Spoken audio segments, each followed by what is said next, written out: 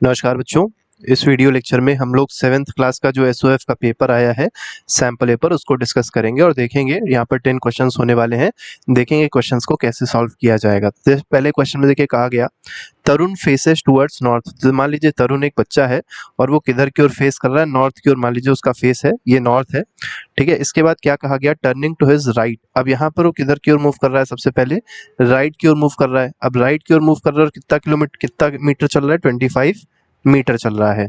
इसके बाद देखिए क्या कहा गया, he then turns to his left. तो फिर वो किधर मूव किया, लेफ्ट की ओर मूव किया, मतलब ये ऊपर पहुंच जाएगा, ठीक है। क्योंकि अगर आप इधर की ओर ऐसे खड़े हैं तो लेफ्ट इधर ही होगा, ठीक है। और लेफ्ट की ओर जाने पर कितना चल रहा है, 30 मीटर चल रहा है, तो यहाँ पर आप 30 मीटर लिख दीजिए। इसके बाद देखिए next he moves 25 metre to his right. तो देखिए यहाँ से राइट किधर होगा, इधर होगा, तो इधर की ओर मूव किया, कितना मीटर मूव कर रहा है, 25 मीटर मूव कर रहा है। और उसके बाद क्या दिया, finally he turns to his right. तो अब इसके फिर से राइट अगर आप देखेंगे तो इधर राइट आएगा, नीचे की ओर आ जाएगा, ठीक है। और कितना चल रहा है, 40 मीटर चल रहा है। तो अब यहाँ पर आपको थोड़ा सा सोचना पड़ेगा कि 40 मतलब कहाँ पर ये जाके रुकेगा, ठीक है। तो अगर आप देखेंगे ये वाली जो डिस्टेंस है ये 30 है, तो 40 और थोड़ी सी नीचे हो जाएगी, मतलब यहाँ कहीं आ जाएगी, तो ये डिस्टेंस कितनी हो गई, 40 मीटर हो गई।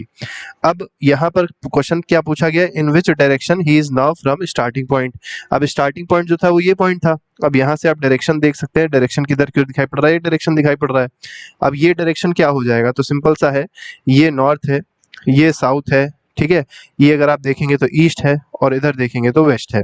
तो ये जो डायरेक्शन आ रही है वो इधर आ रही है, तो साउथ ईस्ट डायरेक्शन देखने को मिल रही है। तो यहाँ पर डी ऑप्शन बिल्कुल सही है। नेक्स्ट क्वेश्चन पे आते हैं। नेक्स्ट क्वेश्चन देखिए, क्वेश्चन नंबर 2 है।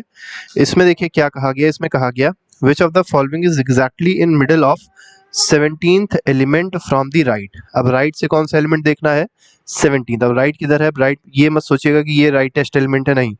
राइट में आपको ये वाला एलिमेंट दिखाई पड़ रहा है जो कि यू है, ठीक है। तो देखिए जो आपको 17th एलिमेंट दिया गया, कहाँ से दिया गया, राइट से। तो अगर आप गिने तो फर्स्ट एलिमेंट ये है, second, third, fourth, fifth, sixth, seventh, eighth, ninth, 10, 11, 12, 13, 14, 15, 16 और 17, मतलब एन आ जाएगा पहला, ठीक है। और दूसरा आपसे कहा गया 18th element from the left. Left से 18th है, तो यहाँ से लेफ्ट मतलब ये वाला है, तो ये फर्स्ट, सेकंड, थर्ड, फोर्थ, 5, 6, 7, 8, 9, 10, 11, 12, 13, 14, 15, 16, 17 और 18, मतलब एम आया। अब आपसे कहा गया which is exactly in middle, मतलब दोनों के मिड में कौन सा आ रहा है। तो ऐसे देखिए, पहला यहाँ पर 5 दिख रहा है, फिर ये दूसरा है, तीसरा है, चौथा है, पांचवा है, छठा है, सातवां है। टोटल दोनों के बीच में 7 एलिमेंट्स है, तो चौथा जो होगा वो मिड में होगा, और चौथा कौन सा है, ए है। तो यहाँ पर ए ऑप्शन बिल्कुल सही है, ठीक है। नेक्स्ट पे आते हैं, थर्ड क्वेश्चन देखते हैं। थर्ड क्वेश्चन में क्या कहा गया। अब इस क्वेश्चन में देखिए क्या कहा गया, इसमें कहा गया है select a figure from the options which does not satisfies the same condition of placement of the dots, ठीक है। तो क्वेश्चन में पूछा गया है जो प्लेसमेंट ऑफ डॉट्स है उसको, उस कंडीशन को इसमें से कौन अप्लाई नहीं कर रहा है, मतलब कौन सेटिस्फाई नहीं कर रहा है। तो आप देख सकते हैं डॉट्स कहाँ पर प्लेस्ड हैं, तो इसमें जो बी ऑप्शन है वो सेटिस्फाई नहीं करेगा, बाकी जितने भी ऑप्शंस दिए गए हैं फिलहाल वो क्या करेंगे, सेटिस्फाई करेंगे। तो बी ऑप्शन जो है वो सेटिस्फाई नहीं करेगा। नेक्स्ट पे आते हैं, फोर्थ क्वेश्चन देखते हैं। तो देखिए फोर्थ क्वेश्चन में क्या कहा गया, x is present in stomach. तो आपको बताना है एक्स एक ऐसी चीज है जो कहाँ प्रेजेंट है, स्टमक में प्रेजेंट है। However presence of excess causes indigestion, लेकिन अगर ये एक्सेस में प्रेजेंट होता है तो ये इंडाइजेशन कॉज कर देता है। Which requires the intake of milk of magnesia. और अगर इंडाइजेशन हो जाता है तो किस चीज की जरूरत होती है, मिल्क ऑफ मैग्नीशिया की जरूरत होती है, मतलब MgOH होल टॉइस की जरूरत होती है, ठीक है। To undo the effect of, जो एसिड हुआ उसके इफेक्ट को कम करने के लिए MgOH वोल्टाइज मतलब मिल्क ऑफ मैग्नीशिया यूज करना पड़ता है। आपको बताया जो X है वो क्या है, तो बहुत आसान सा क्वेश्चन है। X एक एसिड है और उसको कहते हैं हाइड्रोक्लोरिक एसिड, ठीक है। और यही हम लोग के स्टमक में प्रेजेंट होता है। नेक्स्ट पे आते हैं, क्वेश्चन नंबर 5 देखेंगे। 5th क्वेश्चन देखिए क्या कहा गया, given diagram shows blood circulation pathway. तो देखिए यहाँ पर एक डायग्राम दिया है और वो क्या कर रहा है, ब्लड सर्कुलेशन का पाथवे शो कर रहा है, मतलब पी से देखिए ब्लड आ रहा है, ठीक है। ये आप देखेंगे 4 चैम्बर्स यहाँ पर है, पहला है चैम्बर, दूसरा, तीसरा और चौथा, 4 चैम्बर्स देखने को मिल रहे हैं। अब इसमें कहा गया which of the following correctly shows the relative amount of oxygen and carbon dioxide eight PQRS, ठीक है। तो PQRS में आपको क्या बताना है, अमाउंट ऑफ ऑक्सीजन और कार्बन डाइऑक्साइड का एक तरीके से रेशियो बताना है, क्या होगा। तो देखिए सिंपल चीज है बिल्कुल, आप ऐसे समझ लीजिए पी और क्यू जो है, ठीक है, पी और क्यू में जो ब्लड आ रहा है वो कैसा होगा, डीऑक्सीजनेटेड ब्लड है, ठीक है। जब ये हार्ट में आता है फिर यहाँ से ऊपर जाता है, ठीक है। तो पी में अगर देखेंगे तो जो ब्लड आ रहा है बॉडी से आ रहा है तो कैसा है, डीऑक्सीजनेटेड ब्लड है। इस मतलब इसमें अगर आप देखेंगे कार्बन डाइऑक्साइड का कंटेंट ज्यादा है, ऑक्सीजन का कंटेंट कम होगा पी और क्यू में। आर और एस में देखेंगे तो यहाँ से अगर आप देखें तो पी आर और एस में क्या होता है, ये जो ब्लड जा रहा है आर से निकल जो रहा है ये हम लोग की बॉडी में फिर से आ रहा है, ठीक है। और लंग्स के थ्रू जो ब्लड आता है ऑक्सीजनेट होके वो किधर से आ रहा है, एस से आ रहा है। तो मतलब यहाँ पर ऑक्सीजन की मात्रा ज्यादा है और कार्बन डाइऑक्साइड का जो कंटेंट है वो कम है। और यहाँ पर भी सेम चीज होगी कि ऑक्सीजन ज्यादा होगा और कार्बन डाइऑक्साइड जो होगा वो कम होगा। तो ज्यादा कहाँ पर है ऑक्सीजन, ऑक्सीजन ज्यादा है आर और एस में, ऑक्सीजन कम कहाँ होगा, पी और क्यू में कम होगा ऑक्सीजन। इसी तरीके से जो कार्बन डाइऑक्साइड होगा इसी का उल्टा होगा। 6th क्वेश्चन पे आते हैं, इसमें देखिए क्या कहा गया है, some blobs of wax are placed on a silver ring. तो देखिए यहाँ पर एक सिल्वर रिंग दिखाई पड़ रही होगी और यहाँ पर जो एस पी आर है और ये पॉइंट क्यू है, इस पे क्या किया गया है, इस पॉइंट को क्यू ले लेते हैं, इस पॉइंट पे क्या किया गया है, वैक्स को लगा दिया गया है। If the ring is heated at x, तो यहाँ पर आप देख सकते हैं हीट किया गया है, रिंग को हीट कर रहे हैं इस पॉइंट पे, ठीक है। तो यहाँ पर आपको बताना क्या है, if the ring is heated at x then choose the correct option regarding the melting of wax. तो मतलब आपको मेनली बताना है मेल्टिंग ऑफ वैक्स कहाँ पर पहले होगी और कहाँ पर बाद में होगी। तो सबसे पहले आपको दिखाई पड़ रहा होगा जो हीट है वो किसके पास पहुंचेगी, आर के पास। तो सबसे पहले कौन मेल्ट हो जाएगा, आर। उसके बाद आप देखेंगे कि क्यू एस और पी में सबसे दूर सबसे पास में कौन है, क्यू है। तो आर के बाद पहले कौन मेल्ट होगा, आर के बाद जो मेल्टिंग होगी वो किसकी होगी, आर के बाद मेल्टिंग होगी क्यू की, ठीक है। अब यहाँ से x की डिस्टेंस अगर देखी जाए तो p पास में है कि s पास में है, थोड़ा सा आपको सोचना पड़ेगा।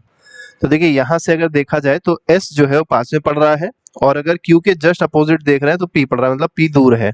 तो q हो गया, फिर s हो गया और लास्ट में क्या आ जाएगा, p आ जाएगा। तो इस तरीके से हम लोग इसको कर सकते हैं कि कौन पहले मेल्ट होगा और कौन बाद में मेल्ट होगा। तो ऑप्शन के हिसाब से देखा जाए तो यहाँ पर जो सी ऑप्शन है वो सही हो जाएगा। Melting of blobs occur in order R Q S P, शायद ये हमने बताया था, तो ये आंसर इसका सही होगा, ठीक है। ऑर्डर आप समझ गए होंगे ऊपर जो बताया था हमने।